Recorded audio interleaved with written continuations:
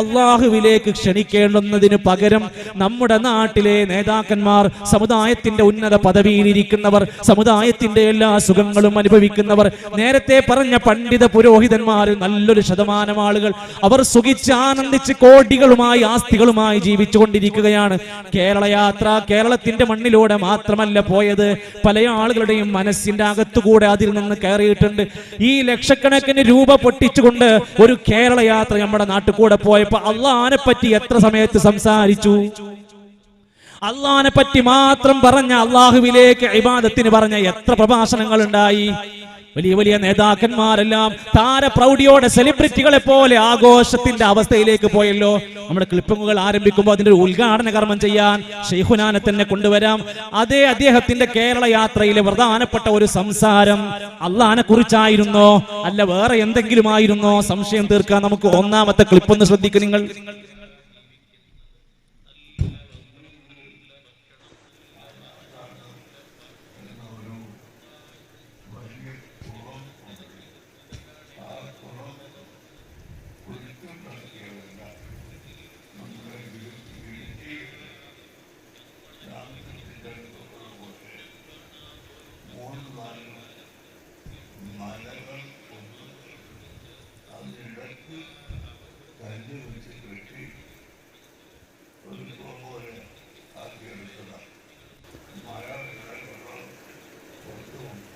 ശരി, ഓക്കെ. ചുരുക്കി പറഞ്ഞാൽ അതൊരു 4-5 മിനിറ്റ് ഉണ്ട്. നീണ്ട് പതുക്കെ അദ്ദേഹത്തിന്റെ പ്രായവും ആരോഗ്യമൊക്കെ നമുക്കറിയാലോ. അപ്പൊ പറഞ്ഞ് അവസാനിപ്പിക്കുന്നത് നിങ്ങൾക്ക് മനസ്സിലാകാം. അനാസാഗർ എന്ന് പറയുന്ന അജ്മീറിലെ പരിസരത്ത് ഒരു തടാകം ഉണ്ടായിരുന്നു. ആ തടാകത്തിൽ നിന്ന് ഒരു ഘട്ടത്തിൽ മുസ്ലിമീങ്ങളെ വെള്ളം കുടിക്കരുതെന്ന് പറഞ്ഞപ്പോ ഖാജാ മുഈനുദ്ദീൻ ചിശ്തി എന്ന് പറയുന്ന അജ്മീറിൽ മറവാടപ്പെട്ട ആ മനുഷ്യൻ ഒരു ബക്കറ്റ് വെള്ളം എടുത്തങ്ങ് തട്ടി പുറത്തേക്ക് ഇട്ടിട്ട് പറഞ്ഞു, ഇനി അതിൽ നിന്ന് ആരും കുടിക്കണ്ട, ആരും കുളിക്കണ്ട. അന്ന് മുതൽ ആ തടാകം വറ്റി വരണ്ടു. ഒരു നാട്ടിലെ പ്രധാനപ്പെട്ട തടാകം വറ്റി വരണ്ട് ഉണക്കിയത് കറാമത്താണ്. ആരുടെ കറാമത്ത്? ഖാജാ മുഈനുദ്ദീൻ ചിശ്തിയുടെ. കേരള യാത്രയിൽ ആയിരക്കണക്കിന് മുരീദീങ്ങൾ ഇരിക്കുന്ന സദസ്സിൽ വെച്ച് എന്തായിരുന്നു ഏറ്റവും പ്രധാനപ്പെട്ട് പ്രൗഢിയോടെ പറയേണ്ടത്? നമ്മൾ അള്ളാഹുവിലേക്ക് മടങ്ങണം, നമ്മൾ പടച്ചോന്റെ വിനയാന്വിതരായ അടിമകളായി മാറണം, അള്ളാഹിന്റെ കൽപ്പനകളിലേക്ക് വരണമെന്ന് പറയേണ്ട നേതൃത്വങ്ങൾ മൗനികളാകുന്നു. പലതും അപ്പുറം അതിനപ്പുറം അവർ പറയാൻ തുടങ്ങി. എന്താ അജ്മീറിലേക്ക് ആളെ കൂട്ടാനുള്ള കാരണം? ഇപ്പൊ അജ്മീറിന്റെ ഉറൂസ് നടക്കുന്ന സമയമാണ്. കുറച്ചാൾ അവിടേക്ക് പോകണം. എന്താ അവിടെ പോയിട്ട് പണി?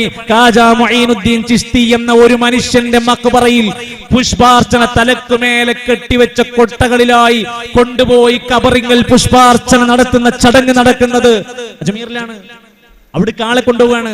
അങ്ങനെ അവിടേക്ക് ആളെ നയിക്കാൻ ചിശ്തിയുടെ വലിയ കറാമത്തുകൾ പറഞ്ഞാണ് കേരള യാത്രയിൽ വലിയ ഒരുപാട് സദസ്സുകളിൽ ഈ സമുദായത്തിന്റെ പൈസ കൊടുത്തിട്ട് വിളിക്കുന്നത്. മഖാമുകളിലേക്കും മക്ബറകളിലേക്കും ഉറൂസുകളുടെ ഘോഷയാത്രകളിലേക്കുമാണ് ജനങ്ങളെ ക്ഷണിച്ചത്. അവസാനിക്കുന്നില്ല. ഈ മനുഷ്യൻ ഇത്രയേറെ പ്രായമായി ഒരു കേരളത്തിന്റെ വലിയൊരു സമുന്നത നേതാവായി ആളുകൾക്കിടയിൽ വിലസിക്കൊണ്ടിരിക്കുമ്പോഴും ഈ പ്രായത്തിലും പറയേണ്ടത് എന്റെ എല്ലാ കാര്യങ്ങളും, എന്റെ ആരോഗ്യം, എന്റെ രോഗം, എന്റെ പ്രതിസന്ധി, എന്റെ എല്ലാ കാര്യങ്ങളും പടച്ച റബ്ബാണ് എനിക്ക് തരേണ്ടത്, തരുന്നത് എന്ന് പറയേണ്ടതിന് പകരം ഈ മനുഷ്യൻ വേറെ ചില വ്യക്തികളുടെ പേരാ പറയുന്നത്. അവരാണ് എന്നെ നിയന്ത്രിക്കുന്നത്. കേൾക്ക് നിങ്ങൾ രണ്ടാമത് അദ്ദേഹം പറഞ്ഞത്.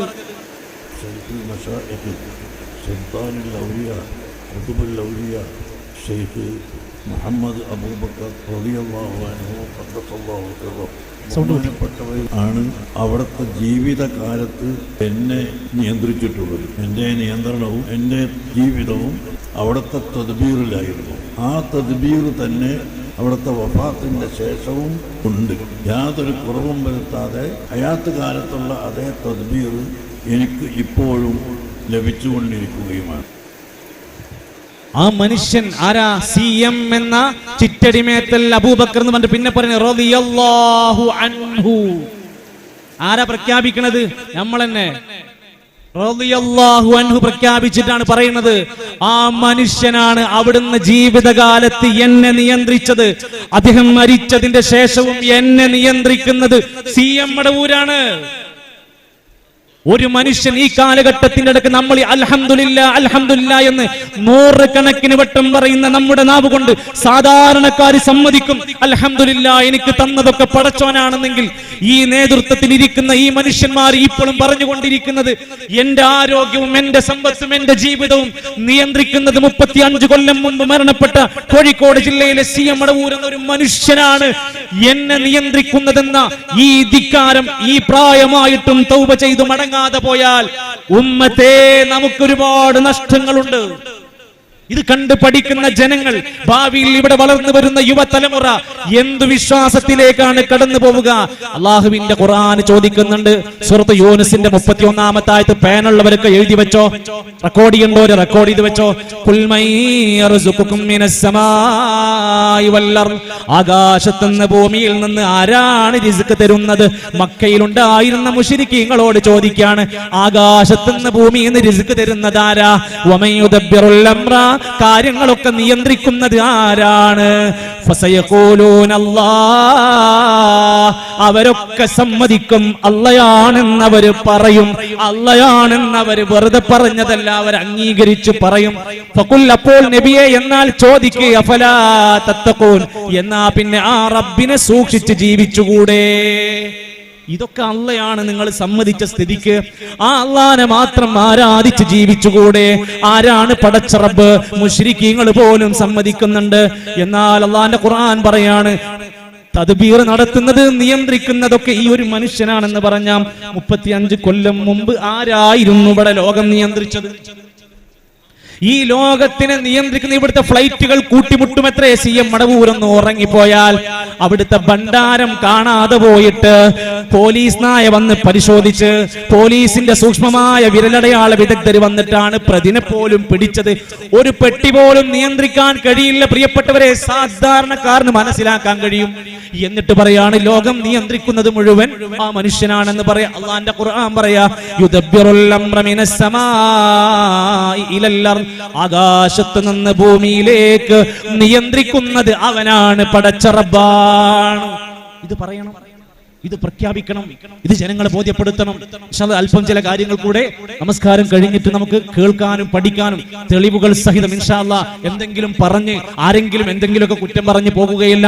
തെളിവുകളായി സോഷ്യൽ മീഡിയയിൽ കിടക്കുന്ന വീഡിയോകൾ നിങ്ങളുടെ മുമ്പിൽ പ്രദർശിപ്പിച്ച് തെളിവ് നിരത്തുകയാണ്. പഠിക്കേണ്ടവർക്ക് പഠിക്കാൻ, അന്വേഷിക്കേണ്ടവർക്ക് അന്വേഷിക്കാൻ, ഹക്ക് പഠിക്കാൻ ആഗ്രഹിക്കുന്നവർ മുന്നോട്ട് വന്നുകൊണ്ട് ഇൻഷാ അല്ലാഹ് ഈ സംസാരത്തിന്റെ അവസാനം വരെ കേൾക്കാൻ ഇവിടെ ഉണ്ടാകണമെന്ന് ഓർമ്മപ്പെടുത്തി അവസാനിപ്പിക്കുകയാണ്. ബാറക്കല്ലാഹു ഫിക്കും, ജസാക്കുമുല്ലാഹു ഖൈറ. അസ്സലാമു അലൈക്കും വറഹ്മത്തുള്ളാഹി വബറകാതുഹു. ബിസ്മില്ലാഹിൽ അൽഹംദുലില്ലാഹ് വസ്സലാത്തു വസ്സലാമു അലാ റസൂലില്ലാഹി വഅലാ ആലിഹി വസഹ്ബിഹി വസല്ലമ തസ്ലീമൻ കസീറ. ബഹുമാന്യരായ സഹോദരങ്ങളെ, സത്യവിശ്വാസികളെ,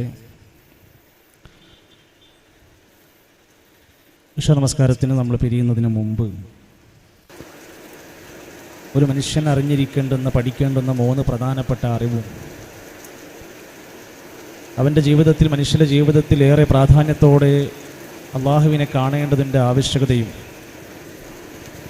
എനിക്കെല്ലാം തന്നത് പടച്ചോനാണ്, റബ്ബാണ്, എന്നെ നിയന്ത്രിക്കുന്നത് അള്ളാഹുവാണ് എന്ന് പറയേണ്ടുന്നതിന് പകരം ചില മനുഷ്യരുടെ പേര് ചൂണ്ടിക്കാണിച്ചിട്ട് അവരൊക്കെയാണ് എന്നെ നിയന്ത്രിക്കുന്നത് എന്ന് പറയുന്ന പുരോഹിതന്മാരും ഈ നാട്ടിൽ, ഈ സമുദായത്തിനെ പഠിപ്പിച്ചു കൊണ്ടിരിക്കുന്നത് തെറ്റായ വികലങ്ങളായ വാദങ്ങളാണ്.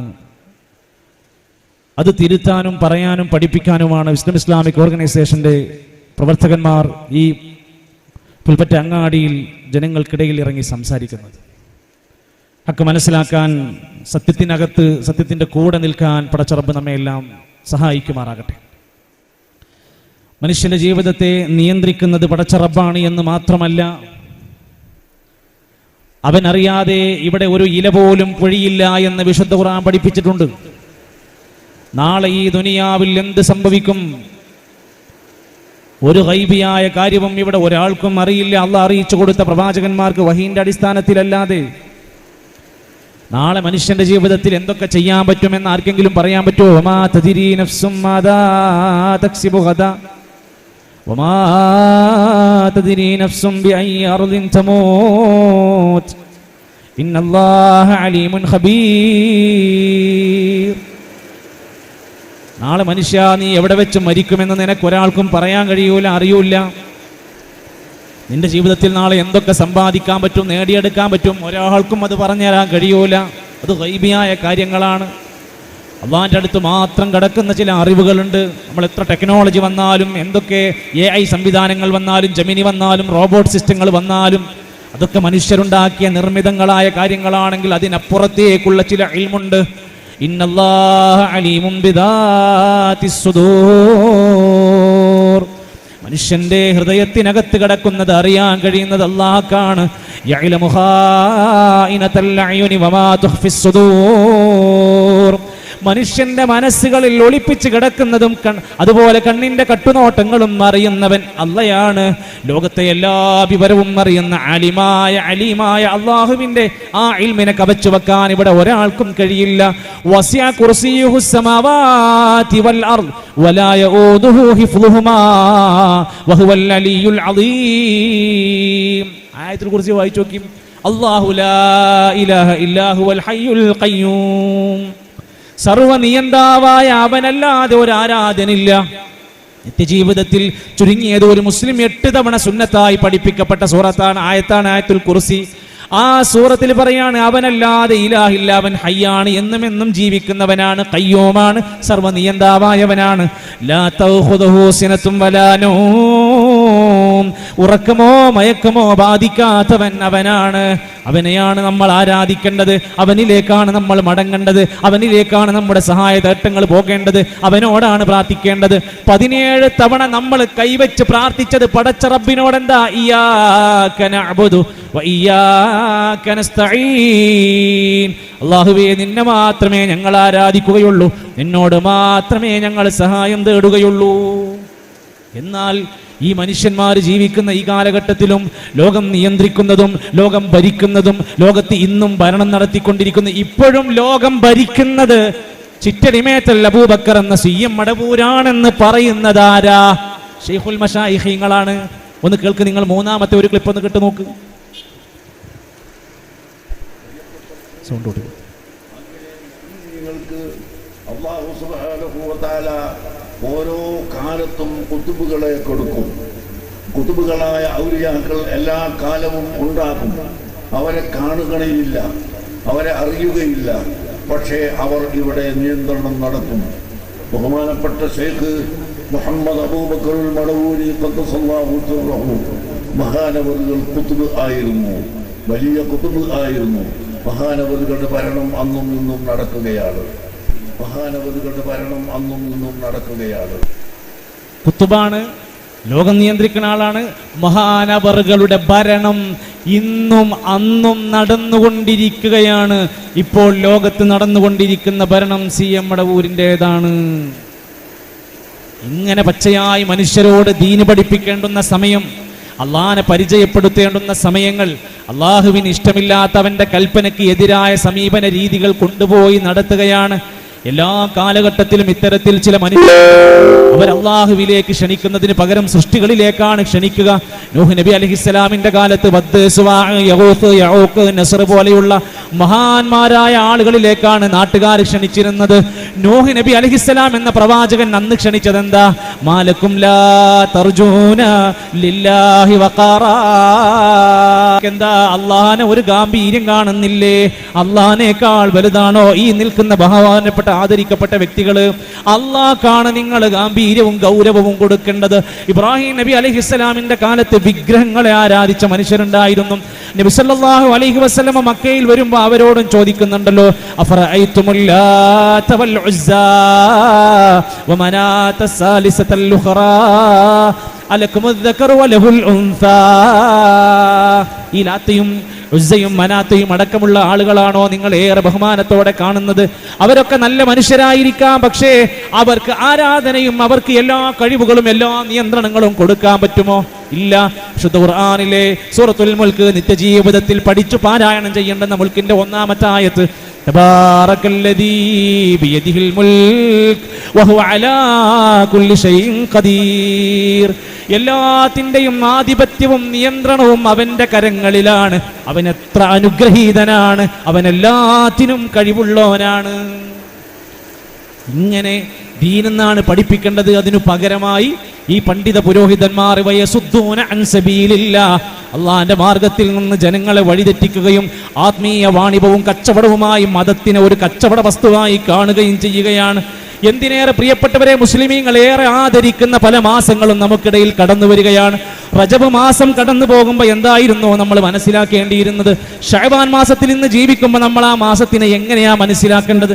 പ്രമാണങ്ങളിൽ, ദീനിൽ, ഇസ്ലാമിൽ എന്താണോ പഠിപ്പിച്ചത് അതിനെ മാനിക്കണം, അംഗീകരിക്കുകയാണ് വേണ്ടത്. എന്നാൽ കഴിഞ്ഞ മാസം റജബ് മാസത്തിലെത്തിയപ്പോൾ അതിന്റെ അവസാനത്തെ വെള്ളിയാഴ്ച ഈ സാധുക്കളോട് ദീന് പറഞ്ഞു കൊടുക്കേണ്ട മനുഷ്യന്മാര് അവരോട് പറഞ്ഞു കൊടുക്കുന്നത് ഒരു വേദിയും നല്ല കാര്യങ്ങൾക്ക് ഉപയോഗപ്പെടുത്താതെ ദീനിൽ നിന്ന് വഴിതെറ്റിക്കുന്നതാ നമ്മൾ കാണുന്നത്. റജബ് മാസത്തിന്റെ അവസാനത്തെ വെള്ളിയാഴ്ച ഒരുപാട് ആളുകളുടെ ഖുതുബ നശിപ്പിക്കാൻ ഒരു മനുഷ്യന്റെ വഅദുണ്ടായിരുന്നു, ഉപദേശം ഉണ്ടായിരുന്നു. അദ്ദേഹം എന്താ പറഞ്ഞതെന്ന് ആദ്യം ഒന്ന് കേൾക്കുക. നമ്മൾ നാളെ റജബ് മാസത്തിലെ അവസാനത്തെ വെള്ളിയാഴ്ചയാണ്. വിശ്വാസികളോട് ഒരു കാര്യം പറയാനുണ്ട്, ഉപകാരപ്രദമായ ഒരു അറിവാണ്. അടുത്ത വർഷം റജബ് അവസാനത്തെ വെള്ളിയാഴ്ച വരെയുള്ള ഒരു വർഷക്കാലം സാമ്പത്തിക പ്രയാസമില്ലാതെ, ബുദ്ധിമുട്ടില്ലാതെ ഏതൊരാവശ്യങ്ങൾക്കും മതിയായ പണം കയ്യിലുണ്ടാകും വിധം നമുക്ക് സുഖമായി കഴിയാൻ സാധിക്കും. കടമൊന്നും വരികയില്ല, ആവശ്യങ്ങളൊക്കെ വീടപ്പെടും. വളരെ മാനസികമായി, സാമ്പത്തികമായി സുഖമുള്ള ഒരു അവസ്ഥ ഒരു വർഷം നിങ്ങളുടെ കൂടെ ഉണ്ടാകും എന്നാണ് ഇതിന്റെ ഗ്യാരണ്ടി. അതിന് ആകെ ചെയ്യേണ്ടത് അഹ്മദു റസൂലുള്ളാഹ്, മുഹമ്മദുർ റസൂലുള്ളാഹ് എന്ന് 35 പ്രാവശ്യം ഖത്വീബ് മിമ്പറിലായിരിക്കുമ്പോൾ ചൊല്ലുക എന്നുള്ളതാണ്. അത് ഈ വിവരം പറയുന്നത് ബഹുമാനപ്പെട്ട അല്ലാമ മുഹമ്മദ് അമീൻ ബിൻ ഫളില്ലാഹിൽ മുഹിബിൽ ഹമബി എന്ന് പറയുന്ന മഹാപണ്ഡിതനാണ്, ഡമസ്കസുകാരനാണ്. ഹിജ്റാബ്ദം 1111 വഫാത്തായി പോയ ആളാണ്. അദ്ദേഹത്തിന്റെ ഗ്രന്ഥത്തിൽ ഈ വിഷയം വളരെ കൃത്യമായി പറയുന്നുണ്ട്. അതുപോലെ തന്നെ കൻസുൻ നജാഹ് വസ്സുറൂർ ഫിൽ അദ്ഇയത്തിൽ ലത്തി തശ്റഹു സുദൂർ എന്ന് പറയുന്ന ഗ്രന്ഥത്തിലും ഈ വിഷയം പറയുന്നുണ്ട്. ബഹുമാനപ്പെട്ട ഷെയ്ഖുൽ അലാമ അബ്ദുൽ ഹമീദ് മുഹമ്മദ് അലി അൽ മക്കി എന്ന് പറയുന്ന മക്കക്കാരനായ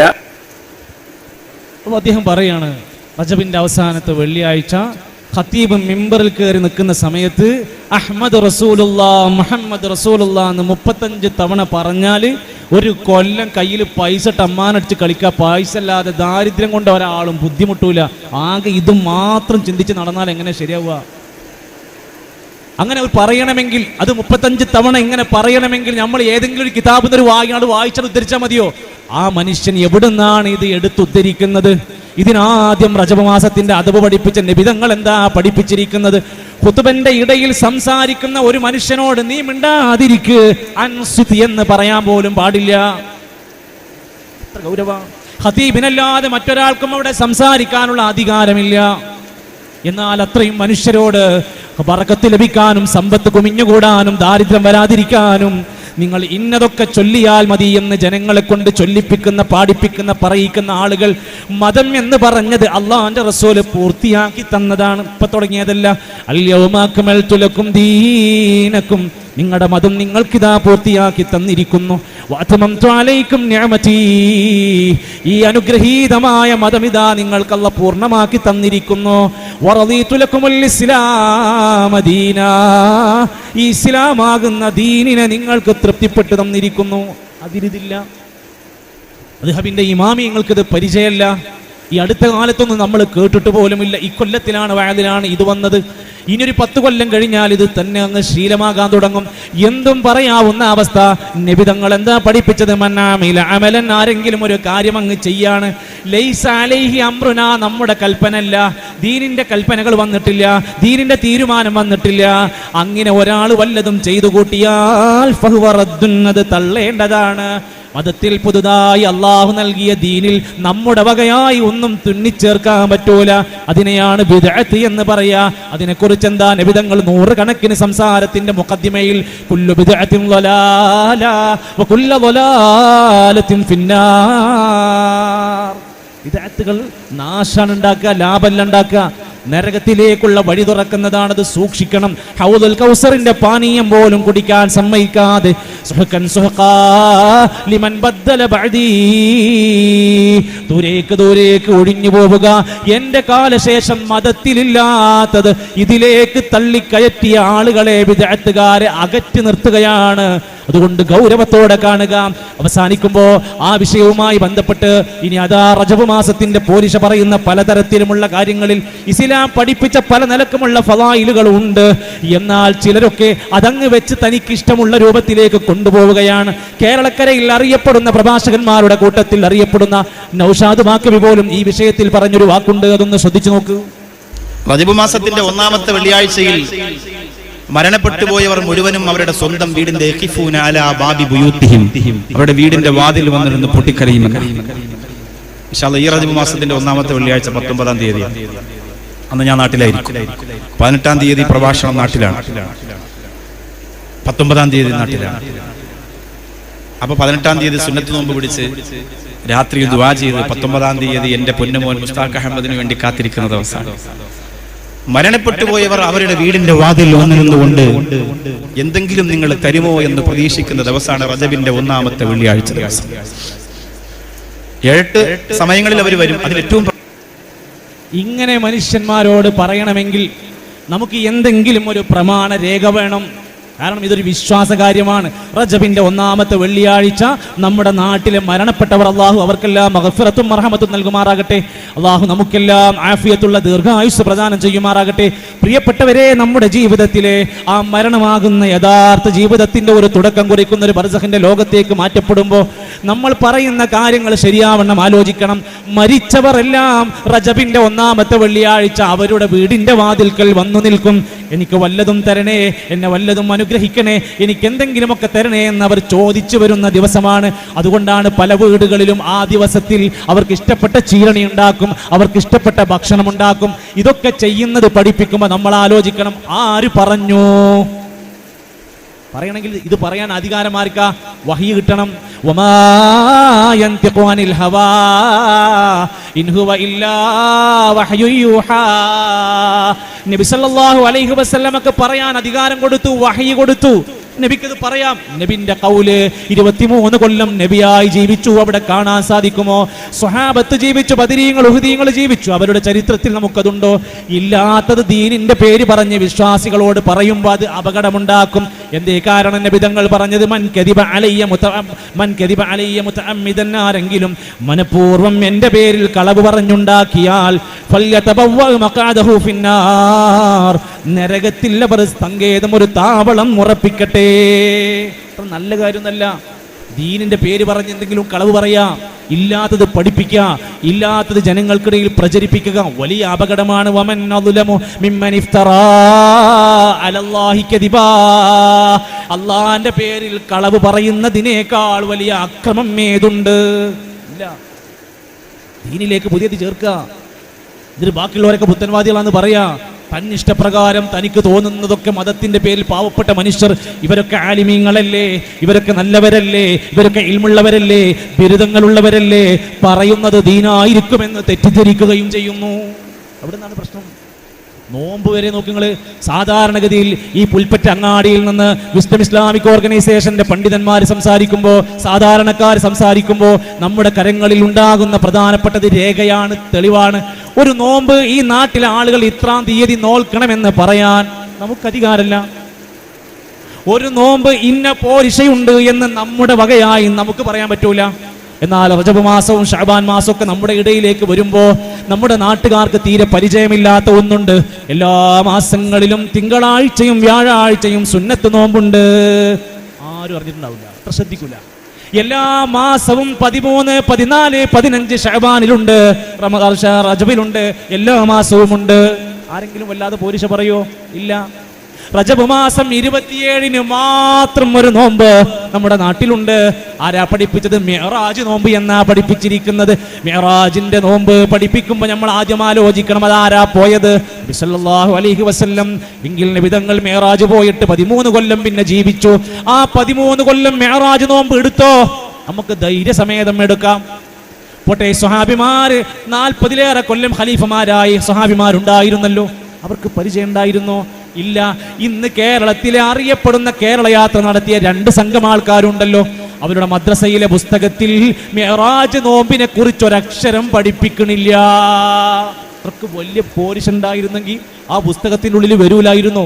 അവരുടെ പുസ്തകത്തിനകത്ത് പോലും ഇത് വന്നിട്ടില്ല. പിന്നെ ഒരു സുന്നത്തും മുഅക്കദൊക്കെ ആയിട്ട് വന്നതുകൊണ്ട് അങ്ങനെ വന്നതാണ്, നമ്മൾ പറഞ്ഞതല്ല.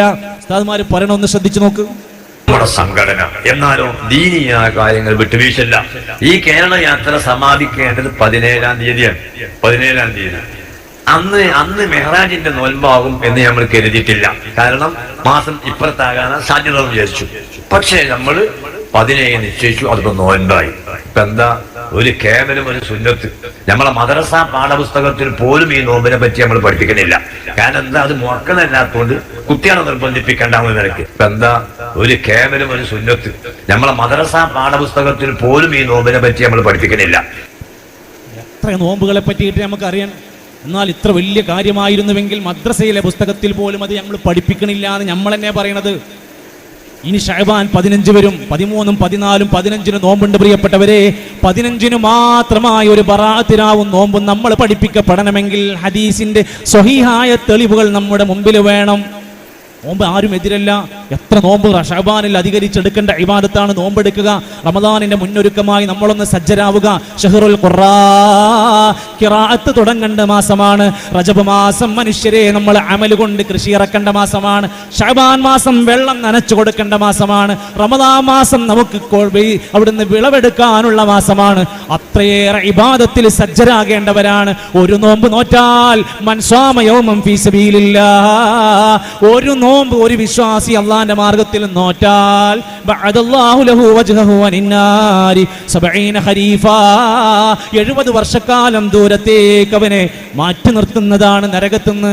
എന്നാൽ അതെന്തായിരിക്കണം? ദീനിലുള്ളതാവണം. ആ ദിവസത്തിന് പോരിശ പറയുമ്പോൾ, അതിന് പ്രത്യേകം പുണ്യം പറയുമ്പോൾ, അതിന് പ്രത്യേകം ഭക്ഷണം ഉണ്ടാകുമ്പോൾ, അന്ന് രാത്രി ശഅബാൻ 15-ന്റെ രാത്രിയിൽ സ്വലാത്തുർ റഗായിബ് എന്ന പേരിൽ ഒരു നിസ്കാരം നടത്തുമ്പോൾ നമ്മൾ ആദ്യം ചോദിക്കണം, ഉസ്താദേ റസൂലുള്ളാഹി തങ്ങൾ ഇത് പഠിപ്പിച്ചിട്ടുണ്ടോ? ഖിയാമുൽ ലൈലുണ്ട്, തഹജ്ജുദുണ്ട്, വിത്റുണ്ട്, തറാവീഹുണ്ട്, അതുപോലെ തഹിയ്യത്ത് നമസ്കാരമുണ്ട്, ദുഹാ നിസ്കാരമുണ്ട്. ഇതൊക്കെ നമ്മൾ ഹദീസിൽ കാണാനുണ്ട്. സ്വലാത്തുർ റഗായിബ് എന്ന നമസ്കാരം നമ്മുടെ നബി പഠിപ്പിച്ചതാണോ? ഖൈറുന്നാസി ഖർനി, ഉത്തമ തലമുറയായ സ്വഹാബത്തിന്റെ 3 തലമുറയിൽ എവിടെങ്കിലും ഇങ്ങനെ ഒരു നിസ്കാരമുണ്ടോ? മദ്ഹബിന്റെ ഏതെങ്കിലും ഇമാമിയങ്ങൾ ഇതൊക്കെ ഹലാലാണ്, നല്ലതാണ്, ഏതെങ്കിലും കിതാബിൽ പറയുന്നുണ്ടോ? ഇല്ല. പിന്നെന്തിനാണ് സാധുക്കളോട് അതിൻ്റെതായ കാര്യങ്ങൾ പറഞ്ഞു കൊണ്ടുപോകുന്നത്? ഇങ്ങനെയാണ് പലപ്പോഴായി നമ്മുടെ സമുദായത്തിൽ, നമ്മുടെ നാട്ടിൽ പല ഹക്കായ കാര്യങ്ങൾ മനസ്സിലാക്കാതെ എന്തിനേയും ഏതിനേയും വിമർശിക്കുകയാണ്. ഓൾക്ക് നോമ്പില്ലാത്തോലാണ്, ഓൾക്ക് ദിക്റില്ലാത്തോലാണ്, ഓല് സ്വലാത്തില്ലാത്തോരാണ്, ഓല് ഖബർ സിയാറത്തില്ലാത്തോരാണ്. നമ്മൾ പ്രഖ്യാപിക്കുക, യഥാർത്ഥം ഇതാണെന്ന് പറയുകയാണ് നമ്മൾ ചെയ്തത്. നോമ്പുണ്ട് എന്നാണ് പഠിപ്പിച്ചത്. ഏതൊക്കെ നോമ്പ്? നബി പഠിപ്പിച്ചതൊക്കെ ഉണ്ട്. ദിക്റുണ്ടോ നിങ്ങൾക്ക്? ദിക്ർ നമുക്ക് ധാരാളമുണ്ട്. ആരാ നിങ്ങളോട് ദിക്ർ ചൊല്ലാൻ പറഞ്ഞത്? അല്ലാഹുവിന്റെ ഖുർആൻ.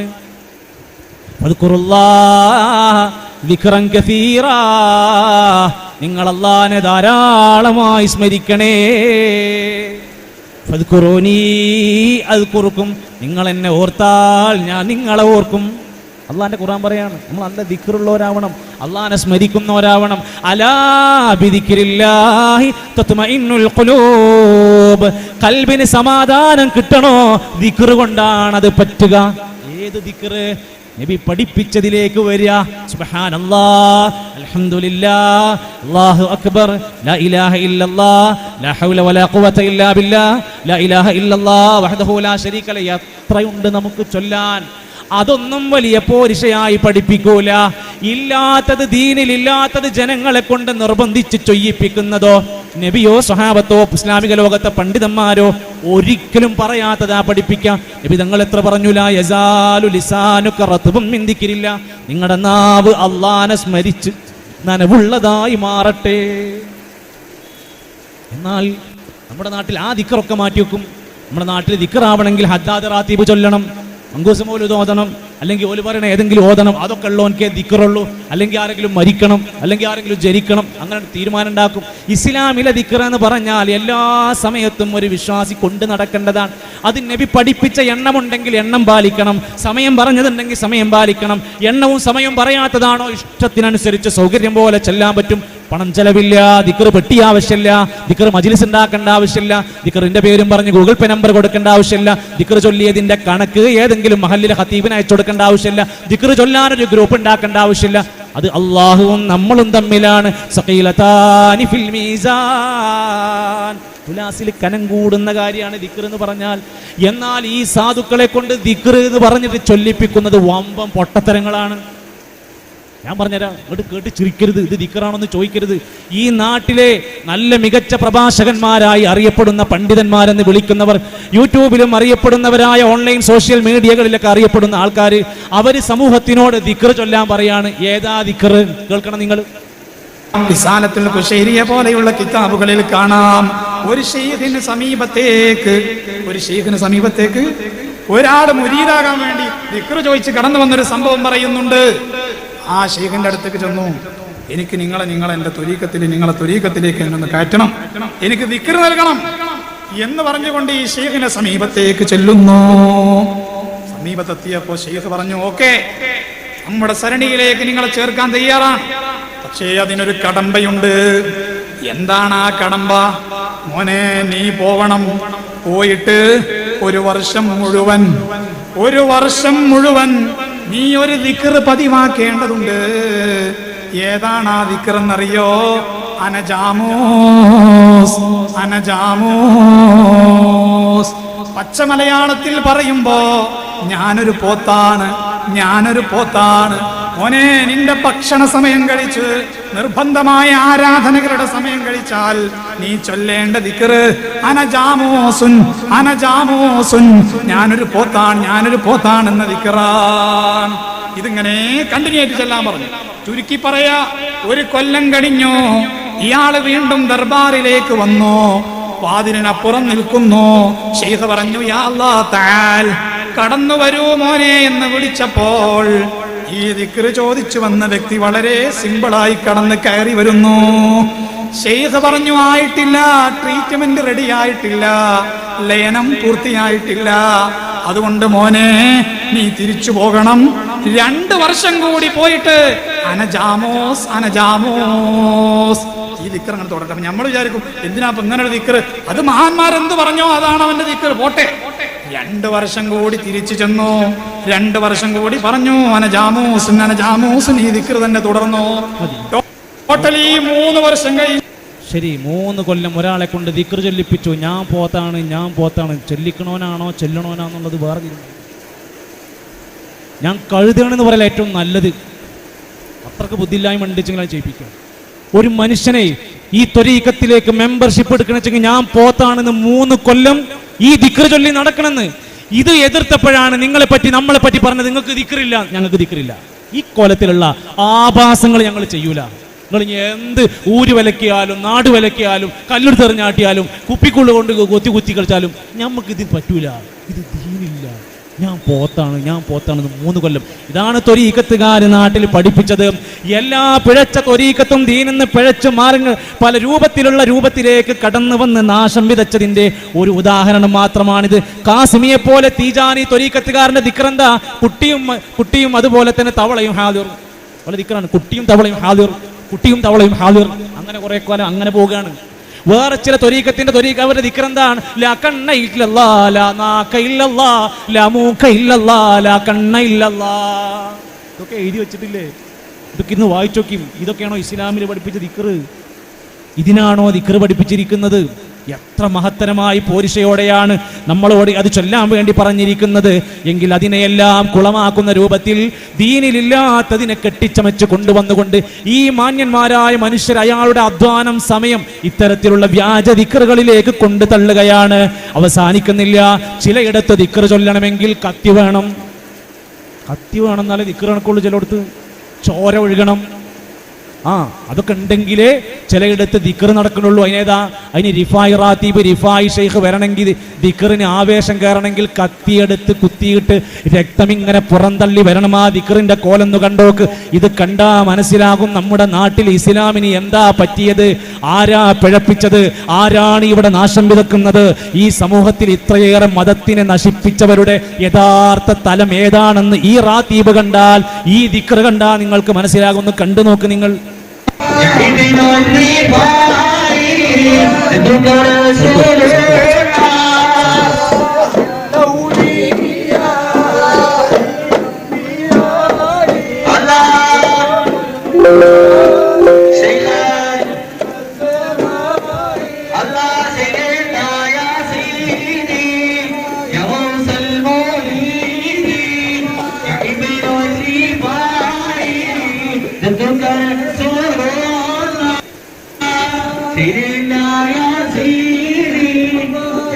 ബക്കറ്റുണ്ട്, കത്തിണ്ട്, ചോരണ്ട്, ചാട്ടമുണ്ട്. പാവപ്പെട്ട കുട്ടികളത് കണ്ടുകൊണ്ടിരിക്കുന്നുണ്ട് അവിടെ.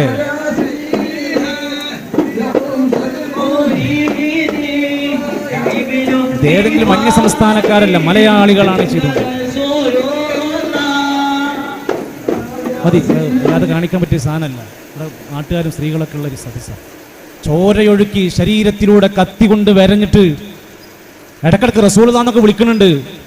റിഫായി ഷെയ്ഖ് ഹാദിറാകാൻ വേണ്ടി ഈ കുത്തറാത്തീബ് നടത്തിയപ്പോൾ 2 യാത്ര അങ്ങോട്ടും ഇങ്ങോട്ടും നടത്തിയില്ലേ, മത്സരിച്ച് നടത്തിയില്ലേ. ഒരു മനുഷ്യൻ മിണ്ടിയോ ഇത് ഞങ്ങൾ അംഗീകരിക്കൂല പറയില്ല. അത് പറഞ്ഞ പൂട്ടി അങ്ങോട്ട് പോകേണ്ടി വരും. എന്താണ് ആരും മിണ്ടാത്തത്? ഇത് ഷിയാക്കൾ കൊണ്ട് നടന്നതാണ്. അലിയുടെ പേരിൽ, അലി, ഫാത്തിമ, ഹസൻ, ഹുസൈൻ എന്നിവരുടെ ഒക്കെ പേരിൽ അവർക്ക് റാത്തീബുണ്ട്, കുത്തറാത്തീബുണ്ട്. മുഹറം മാസം എത്തിക്കഴിഞ്ഞാൽ യാ അലി, യാ ഹസൻ, യാ ഹുസൈൻ ഒക്കെ ഉണ്ട്. മുസ്ലിമായ അഹ്ലുസുന്ന വൽ ജമാഅത്തിൽ ഒരു മനുഷ്യനും ശരീരത്തിലൂടെ കത്തിയെടുത്ത് കുത്തിയിട്ട് ചോര ഒഴുക്കിയിട്ട് ഒരു ദിക്ർ ചൊല്ലാൻ അള്ളാന്റെ റസൂൽ സല്ലല്ലാഹു അലൈഹി വസല്ലം പഠിപ്പിച്ചില്ല. ഇത് നാട്ടിൽ പ്രചരിക്കുക. എന്നാൽ ആരെങ്കിലും വിവരമുള്ളവർ ആരെങ്കിലും എഴുന്നേറ്റ് സംസാരിക്കും, ആരെങ്കിലുമൊക്കെ തിരുത്തും എന്ന് നമ്മൾ പലപ്പോഴായി പ്രതീക്ഷിക്കും. ഞാൻ എൻ്റെ നൂറുകണക്കിന് സംസാരങ്ങളിൽ പല വേദികളിൽ പറയാൻ തുടങ്ങി. ഒരു മനുഷ്യനും പ്രതികരിക്കണില്ല, ആരും മിണ്ടണില്ല, ഒന്ന് സംസാരിച്ചു കിട്ടാൻ ഒരാളും എതിർക്കുന്നില്ല. അവസാനം ഒരാളുടെ സംസാരം കേട്ടു, അയാളെങ്കിലും ഇത് എതിർക്കാണെന്ന് ഞാൻ സന്തോഷിച്ചു പോയി. അദ്ദേഹവും ഇതിൻ്റെ കറാമത്ത് പാടുന്നതാണ്. ഇത് ഭയങ്കര കഥയാണ്. ഇത് നാട്ടിൽ നിലനിർത്തണമെന്ന മൂപ്പരും പഠിപ്പിക്കുന്നത്. നമ്മുടെ മാവേലിനെ റളിയല്ലാഹു അൻഹു എന്ന് വിളിച്ച മുള്ളൂർക്കർ ഉസ്താദിന്റെ അഭിപ്രായത്തിൽ കുത്തറാത്തീബ് നാട്ടിൽ വേണോ വേണ്ടേ?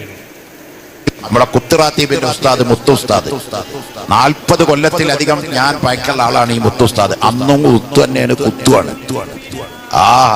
റിഫായി ഷെയ്ഖിന്റെ പൊരുത്തുള്ള മഹാന, അള്ളാഹു അനുഗ്രഹിക്കട്ടെ. കേട്ടോ 40 കൊല്ലം ഞാൻ എന്റെ വീട്ടിൽ കൊണ്ടുപോയിട്ട് ഉസ്താദിനെ കൊണ്ടൊരു കുത്താറാത്തീബ് നടത്തിയിട്ടുണ്ട്. ഓർമ്മയില്ലേ? അത് നടത്താനുള്ള കാരണം എന്താണെന്നറിയാം? ഞാൻ അന്ന് ഡിവൈൻ ആശുപത്രിയുടെ എക്സിക്യൂട്ടീവ് ഡയറക്ടറാണ്. ഇപ്പോഴും ഞാൻ അതിലുണ്ട്, ദയാശുപത്രിയിലുണ്ട്. ദയാശുപത്രിയുടെ MD ഡോക്ടർ അബ്ദുൽ അസീസ് ഏതാനും നിമിഷം മുമ്പ് ഈ സ്റ്റേജിൽ വന്ന് നമ്മളെ അനുഗ്രഹിച്ച് ആശംസ അറിയിച്ച് ഇവിടെ മൊമെന്റ് ഒക്കെ കൊടുത്തു പോയി. അപ്പൊ ഞാനൊരു ദിവസം ഇങ്ങനെ മീറ്റിംഗ് കൂടിയപ്പോ ഉത്തറാത്തീബിനെ പറ്റി പറഞ്ഞപ്പോ അക്കൂട്ടത്തിലുള്ള ഹിന്ദുക്കളായ ക്രിസ്ത്യാനികളായ ഡോക്ടർമാരൊക്കെ പറഞ്ഞു അത് വിശ്വാസപരമായ കാര്യം, അതിന് കുഴപ്പമൊന്നുമില്ല. അക്കൂട്ടത്തിലുള്ള 2 മുസ്ലിം ഡോക്ടർമാർ പറഞ്ഞു അതൊക്കെ തട്ടിപ്പാണ്, അങ്ങനെ കുത്താനൊന്നും പറ്റില്ല. പിന്നെ ഊത്തിയ പിന്നെ ചോര പോയ ആളുണ്ടാവോ? അപ്പൊ ഞാൻ നിയ്യത്ത് ചെയ്തു, എന്നാ എന്റെ വീട്ടിലൊരു കുത്തറാത്തീബ് നടത്തണം, എന്നിട്ട് ഈ ഡോക്ടർമാരൊക്കെ അങ്ങോട്ട് ക്ഷണിക്കും വേണം. ഞാൻ അന്ന് പറയങ്ങാട് ഓതന കാലത്തുള്ള പരിചയമാണ് ഈ മുത്തു ഉസ്താദിന്. പറയങ്ങാട് പള്ളിയിൽ 1990 ഞാൻ മുത്തഅല്ലിമായിരുന്ന കാലം. 91 പിന്നെ മർക്കസിലേക്ക് സഖാഫിയാകാൻ വേണ്ടി സനദ് പഠിക്കാൻ പോയത്. അങ്ങനെയാണ് ഈ മുത്തു ഉസ്താദിനെ അവിടെ വെച്ചിട്ടുള്ള പരിചയമാണ്. സുബ്ഹാനല്ലാഹ്. ഞാൻ മൂപ്പരെ വീട്ടിൽ കൊണ്ടുവന്ന് കുത്തറാത്തീബ് തുടങ്ങി, കുത്തലൊടങ്ങി. കുത്തിയപ്പോ ഓരോ ബക്കറ്റ് ചോര കൊണ്ടുപോയിട്ട് തെങ്ങിന്റെ കടക്കൽ ഒരു കുഴി ഉണ്ടാക്കി അതിൽ കൊയ്ക്കായിരുന്നു. ചോര ഇങ്ങനെ പീഞ്ഞെടുത്തിട്ട് ഒരു അവസാനം ബക്കറ്റിലേക്ക് ആക്കിയത് ഇത് കൊണ്ടുപോയി തെങ്ങിന്റെ കടക്കൽ പീഞ്ഞെടുത്തപ്പോ ചോര ഇങ്ങനെ പീഞ്ഞെടുത്തിട്ട് ഒരു അവസാനം ബക്കറ്റിലേക്ക് ആക്കിയത് ഇത് കൊണ്ടുപോയി തെങ്ങിന്റെ കടക്കൽ പീഞ്ഞെടുത്തപ്പോ 2 വിദഗ്ധ ഡോക്ടർമാര് ഇതെന്തോ വല്ല മേജിക്കോ മസ്മരിച്ചോ കൺകെട്ട സബ്ജക്റ്റോ വിദ്യ എന്ന് അറിയാൻ വേണ്ടിയിട്ട് അതൊന്ന് കുറച്ച് രക്തം മുക്കിയിട്ട് കുപ്പിയിലാക്കി കൊണ്ടുപോയിട്ട് ലാബിൽ കൊണ്ടുപോയിട്ട് ടെസ്റ്റ് ചെയ്തു. ഇത് ബ്ലഡ് തന്നെയാണോ എന്ന് അറിയാൻ. അത് ഞാൻ കണ്ടിട്ടില്ല, അറിഞ്ഞിട്ടില്ല കേട്ടോ. വളരെ രഹസ്യമായിട്ട് അവർ ചെയ്തതാണ്.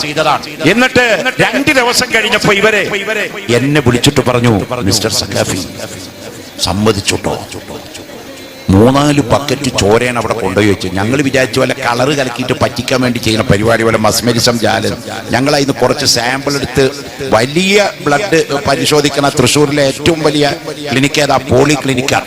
പോളി ക്ലിനിക്കിൽ കൊണ്ടുപോയി ഇത് മനുഷ്യന്റെ ബ്ലഡ് ആണോ എന്ന് ടെസ്റ്റ് ചെയ്തു. ഞങ്ങൾ ഉറപ്പിച്ചു അത് ബ്ലഡ് തന്നെയാണ്. അതുകൊണ്ട് ഇത് കൺകെട്ടും മാസ്മരികത എന്നല്ല, ഇത് അള്ളാഹുവിന്റെ പക്കൽ നിന്നുള്ള മഹാന്മാർക്ക് അള്ളാഹ് കൊടുത്ത കറാമത്തിന്റെ കഴിവ് കൊണ്ട് വിളിക്കുമ്പോ മശായിഖന്മാരുടെ ബർക്കത്ത് കൊണ്ട് കിട്ടുന്ന അറിയാ ഒരു കഴിവാണ് എന്ന് ആ ഡോക്ടർമാരും സമ്മതിച്ചു. അതിപ്പോ ഒരു 30 കൊല്ലമായിട്ടുണ്ടാവും, എന്റെ ഓർമ്മ ശരിയാണെങ്കിൽ 30 കൊല്ലമായിട്ടുണ്ടാവും. നമുക്കൊന്നും പ്രശ്നമല്ല, ഓർമ്മക്കല്ല പ്രശ്നം. ഇയാളെ ഹജ്ജ് കമ്മിറ്റിന്റെ ചെയർമാനാക്കുക, പറ്റുകയാണെങ്കിൽ വഖഫ് ബോർഡിന്റെ ചെയർമാനാക്കാം. ചോരക്ക് 4 ബക്കറ്റ് ചോരങ്ങനെ പോയിട്ട് ആൾക്കാരൊക്കെ പിന്നെയും ജീവിച്ചിരിക്കുകയാണ്. 4 ബക്കറ്റ് ചോര കൊണ്ടുപോയി തിളഞ്ഞ് ടെസ്റ്റ് ചെയ്തിട്ട് സൂപ്പർ റിസൾട്ടാണ് വന്നത്.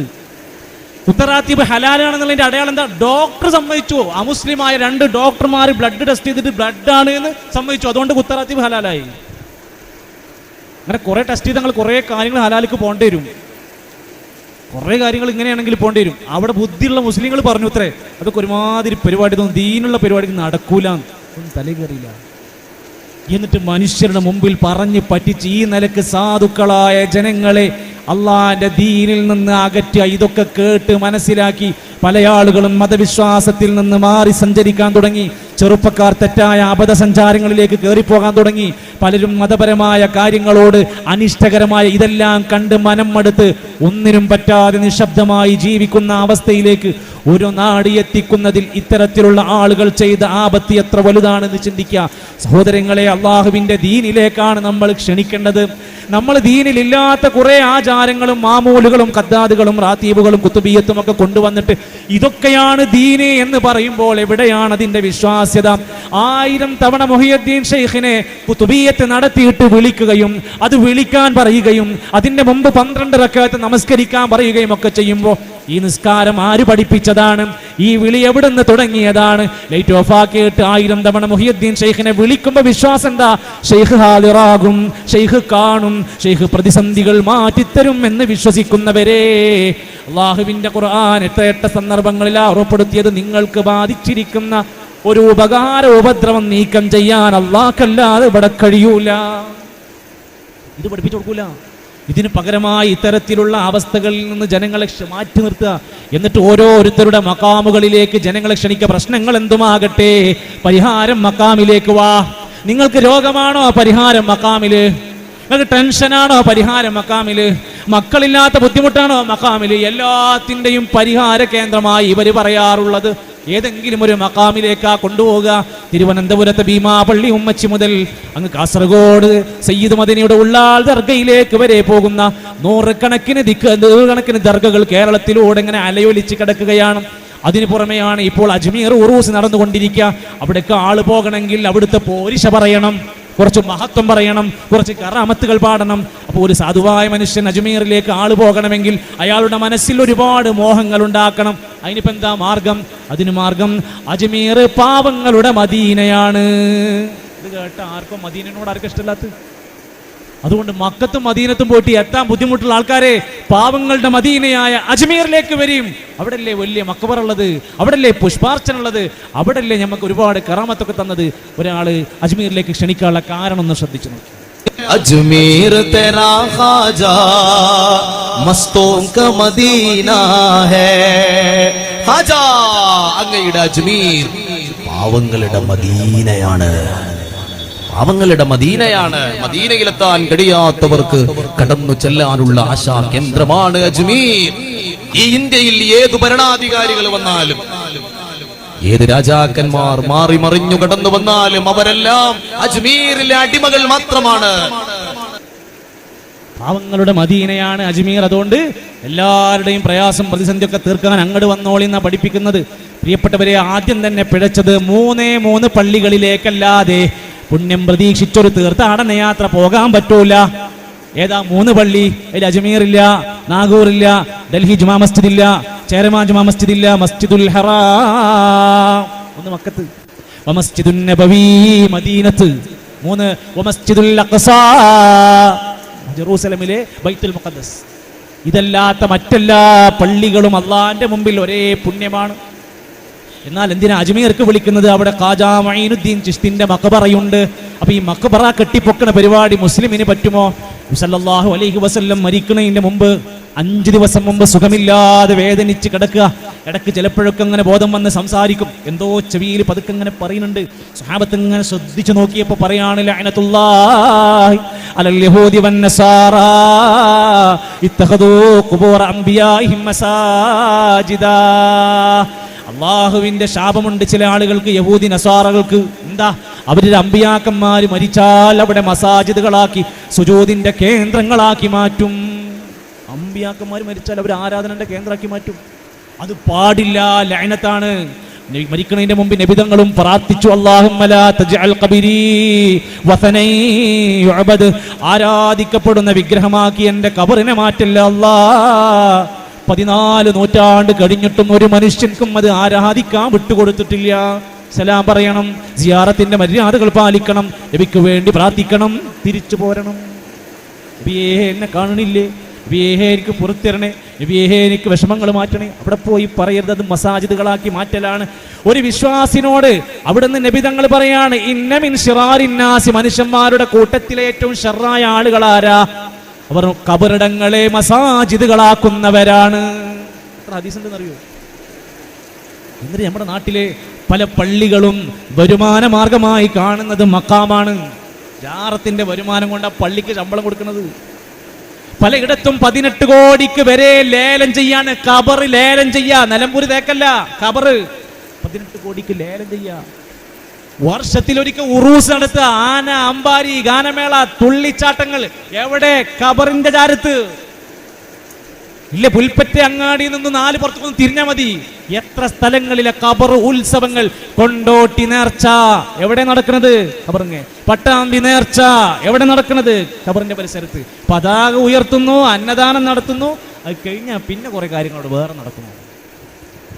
ആന ഇളകി മറിയുന്നു, കൊമ്പെടുത്ത് കുത്തിക്കയറ്റുന്നു, 4 ആളെ ചവിട്ടുന്നു. ഇതൊക്കെ ഉണ്ടായിട്ടും ഇതൊക്കെ ഖബർ അതിന് പറ്റിയതാണോ?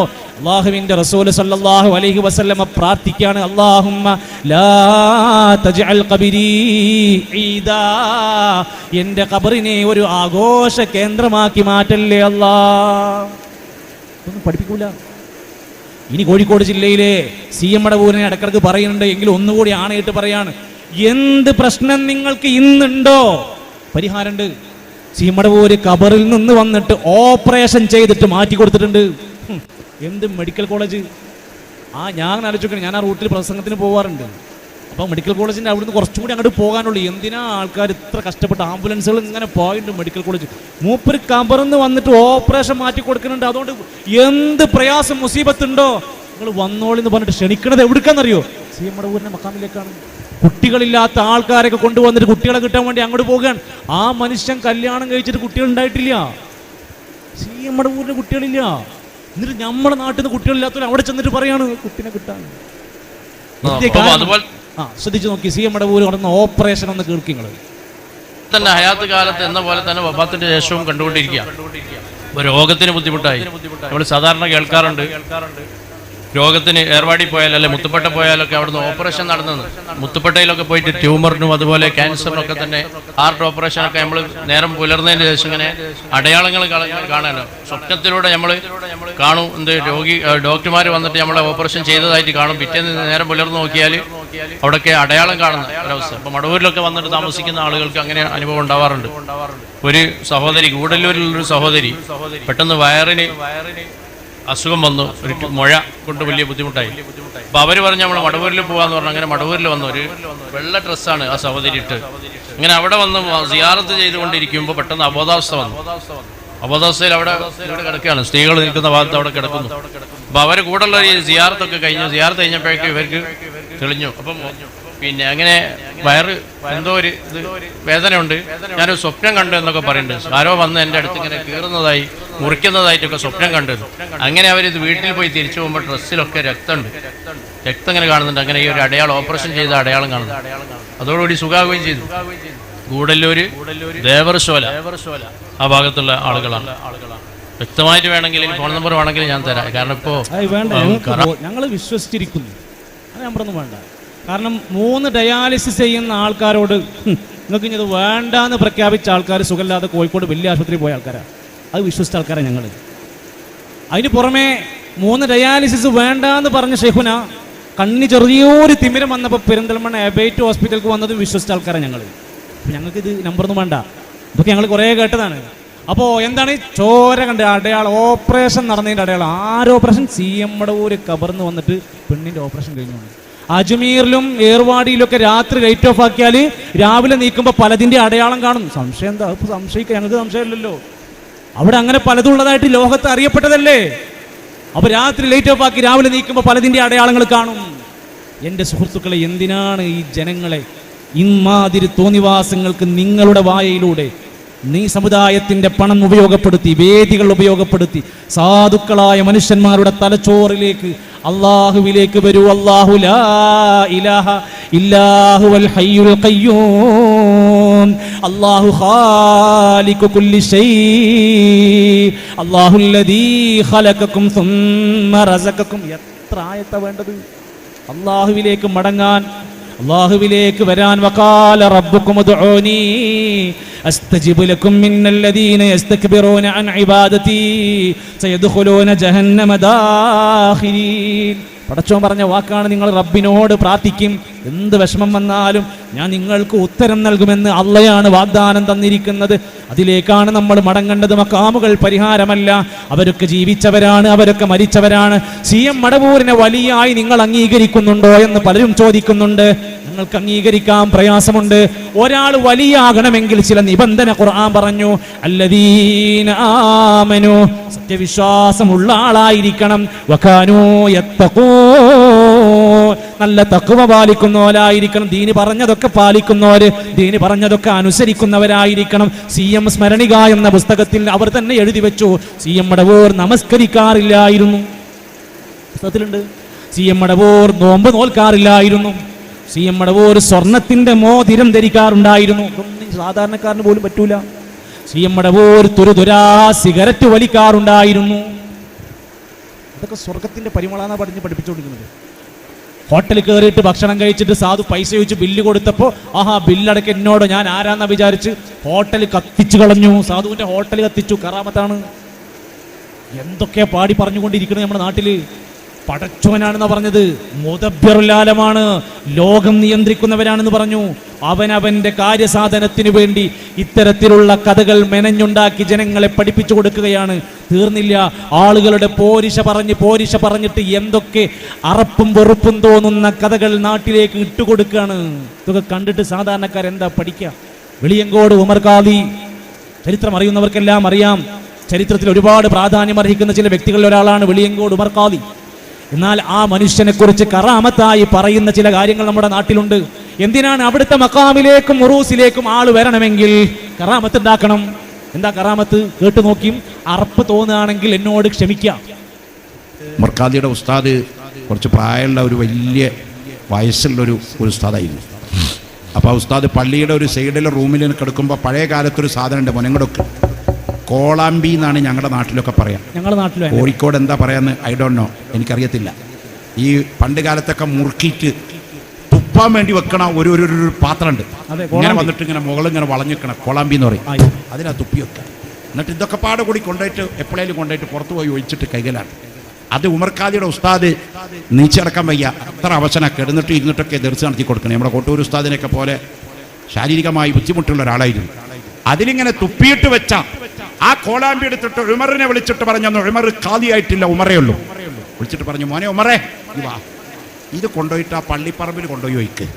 എന്നിട്ട് അങ്ങകലെ പള്ളിപ്പറമ്പിൽ ഒഴിച്ചിട്ട് ഈ ഔദിൻ്റെ അപ്പുറത്തുള്ള വെള്ളം കിണർന്ന് കോരിയിട്ട് കഴുകിയിട്ട് ഇതിവിടെ കൊണ്ടുപോകാമല്ലോ. ഉമർ ഖാദി തുപ്പലേറ്റ് ഇങ്ങനെ പോകുമ്പോൾ ചിന്തിച്ചു, അല്ലാഹുവേ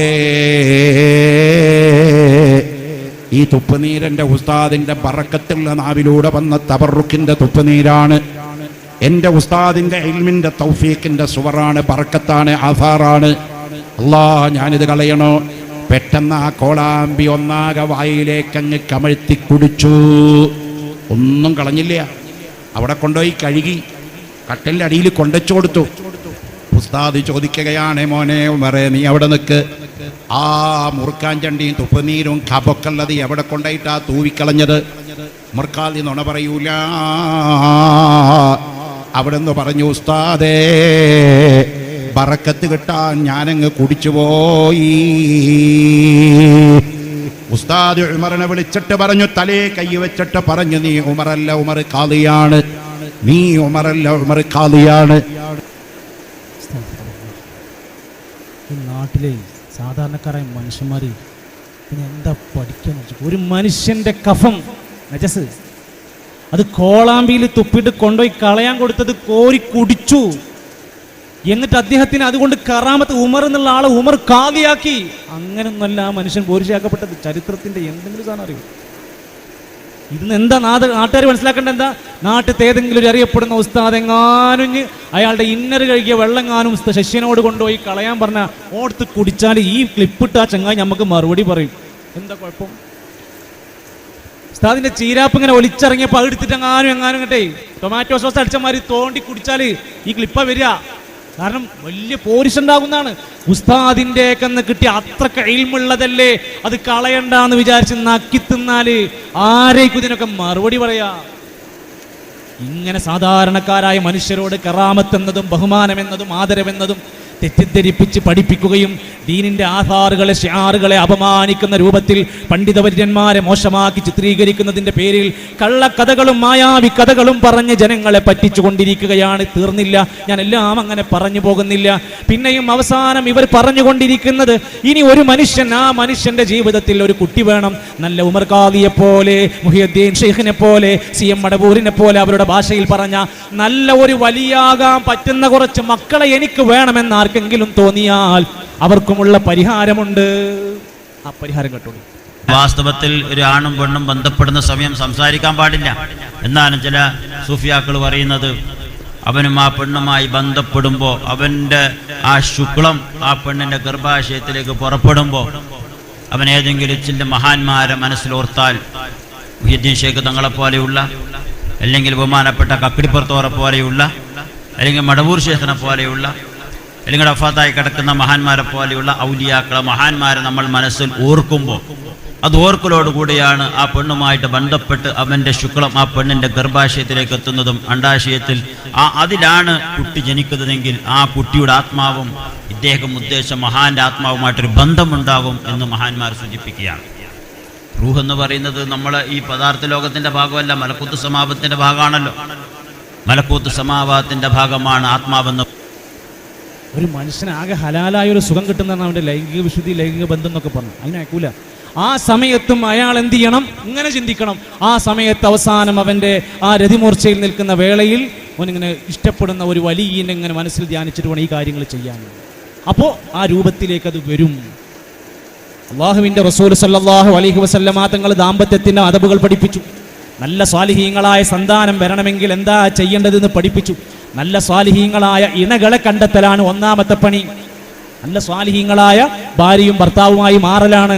2, അവർ തമ്മിലുള്ള ശാരീരിക ബന്ധത്തിൽ പ്രാർത്ഥനകൾ ഉണ്ടാവണം. ബിസ്മില്ലാ അല്ലാഹുമ്മ ജന്നിബിന ശൈത്താൻ വജന്നിബിശ് ശൈത്താന മാ റസഖ്തനാ. അങ്ങനെ പ്രാർത്ഥിക്കാനാ പഠിപ്പിച്ചിരിക്കുന്നത്. വേറെ ആരെയെങ്കിലും മനസ്സിൽ ധ്യാനിച്ചുകൊണ്ട് ചെയ്യേണ്ടതല്ല എന്നും അതൊന്നും ഒരു പരിഹാരമല്ല എന്നും പഠിപ്പിച്ചിരിക്കുന്ന ഈ വേളയിൽ മനുഷ്യരാലോചിക്കണം. ഇങ്ങനെ എന്തും പറയും, വേദി കിട്ടിയാൽ എന്തും വിളിച്ചു പറയും. ഇത് നമ്മളൊന്ന് ചോദ്യം ചെയ്താൽ പിന്നെ നമ്മൾ മോശക്കാരായി മാറുകയാണ്. ഇനിയും പറയാൻ പറ്റാത്ത വിധേന എന്തെല്ലാമൊക്കെയാണ് ഇവർ ജനങ്ങളുടെ ഇടയിലേക്ക് പ്രചരിപ്പിച്ചു കൊണ്ടിരിക്കുകയാണ്. ചിലതൊന്നും പുറത്തങ്ങാടിയിൽ പ്രദർശിപ്പിക്കാൻ പ്രയാസപ്പെടുകയാണ്. ചുരുക്കി പറഞ്ഞാൽ ഏത് മേഖലയിലും ചൂഷണമാണ് നടക്കുന്നത്. ആത്മീയ വാണിഭം പൊടിപൊടിക്കുകയാണ്. നമ്മൾ യഥാർത്ഥത്തിൽ മഹാന്മാരെ നന്നായി സ്നേഹിക്കുന്നുണ്ട്. ആ മഹാന്മാർ പഠിപ്പിച്ച യഥാർത്ഥ ഇസ്ലാമിന്റെ ആദർശത്തെ നമ്മൾ നെഞ്ചിലേറ്റുന്നുണ്ട്. ദീൻ എന്ന് പറഞ്ഞത് ഏതാ നബി തങ്ങൾ പറഞ്ഞു മരിക്കുന്നതിന്റെ മുമ്പ്, തറക്തു ഫീക്കും അംറീൻ, 2 കാര്യങ്ങൾ ഇതാ നിങ്ങൾക്ക് വിട്ടേച്ച് പോവുകയാണ്. അത് രണ്ടും മുറുകെ പിടിച്ചാ നിങ്ങൾ പിഴക്കൂല.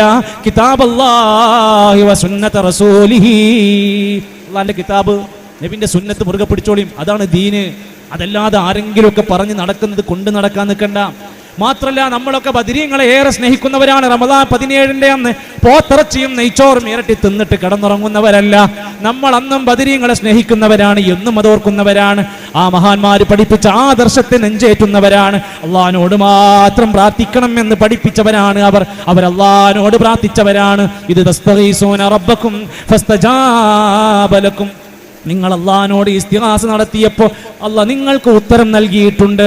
ആയിരക്കണക്കിന് മലക്കുകളെ ഇറക്കി സഹായിച്ചിട്ടുണ്ട്.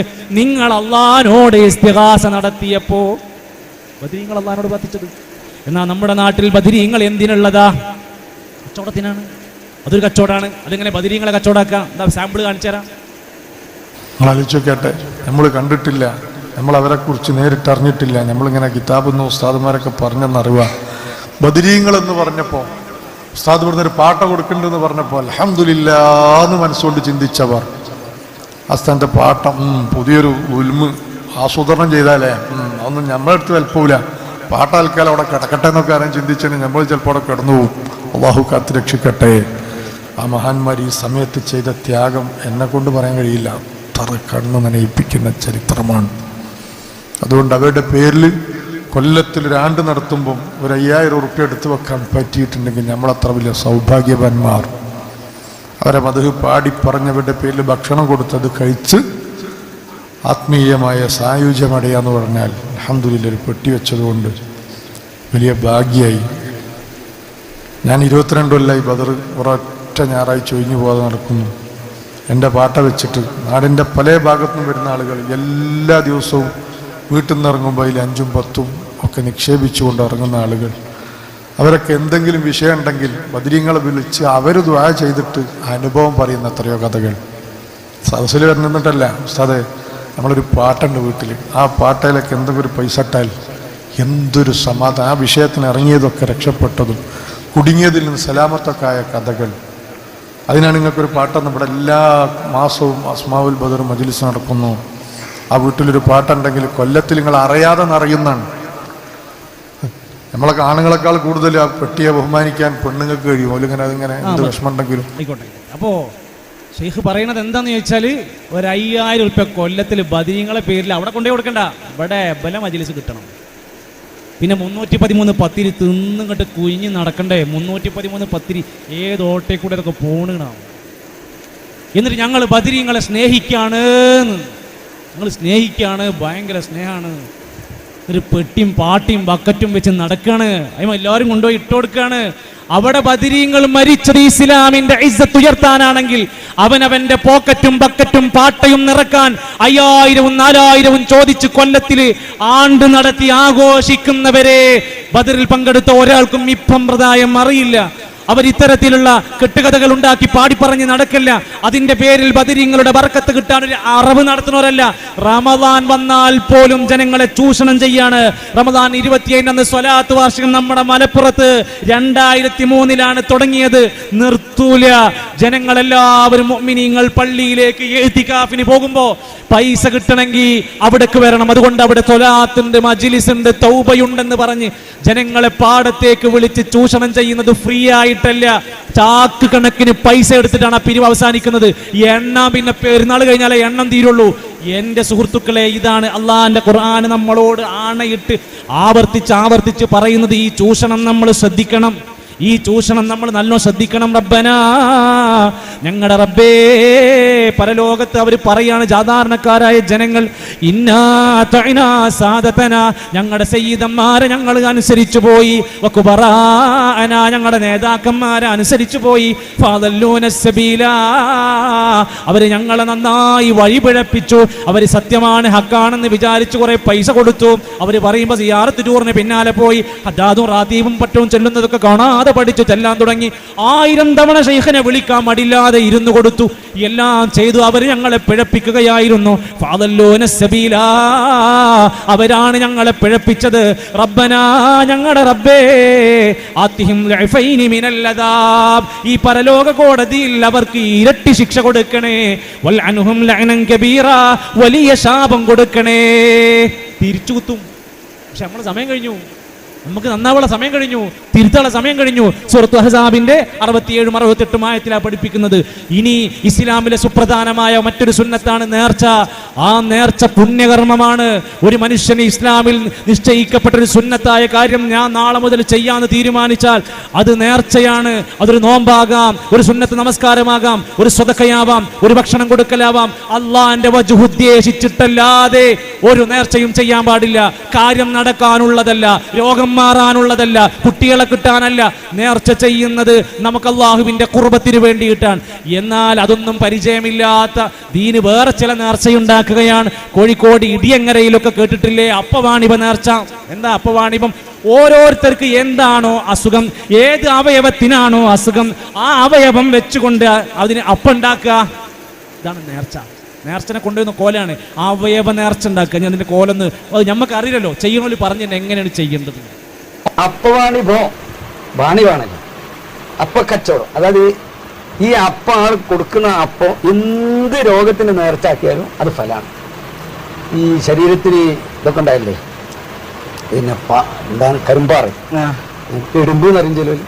ഈ കെടുമ്പുണ്ടായാലും അതിന് കെടുമ്പപ്പം നേർച്ച. അതുപോലെ വിരലിന് കുഴപ്പമുണ്ടായാലും വിരലപ്പം നേർച്ച. ഈ ലിംഗത്തിന് കുഴപ്പമുണ്ടായാൽ ലിംഗപ്പം ഉണ്ടാക്കും.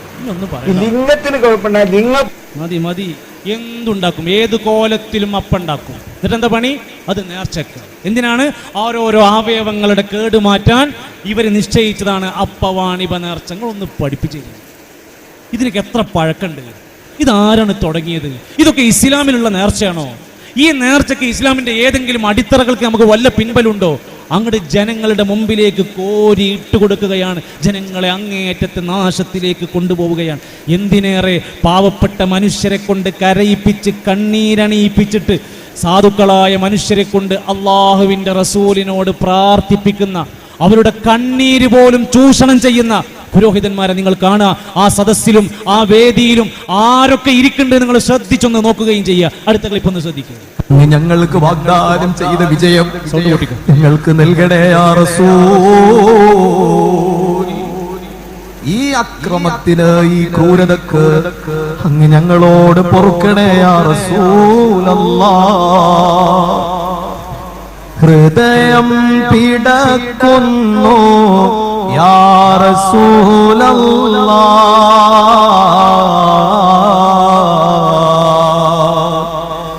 ഇനിയും പാപമാലേ നടക്കുകയില്ല.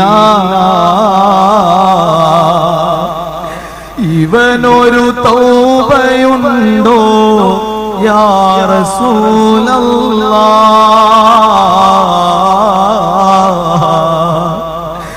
ഇവനൊരു തൗബയുണ്ടോ യാ റസൂലല്ലാഹ്. ഇനി ഞാൻ ചെയ്യുകയില്ല യാ ഹബീബല്ലാഹ്. ഇനി ഞാൻ ചെയ്യുകയില്ല യാ ഹബീബല്ലാഹ്. നബിയെ ഹറാമേറെ കണ്ട കണ്ണാണ്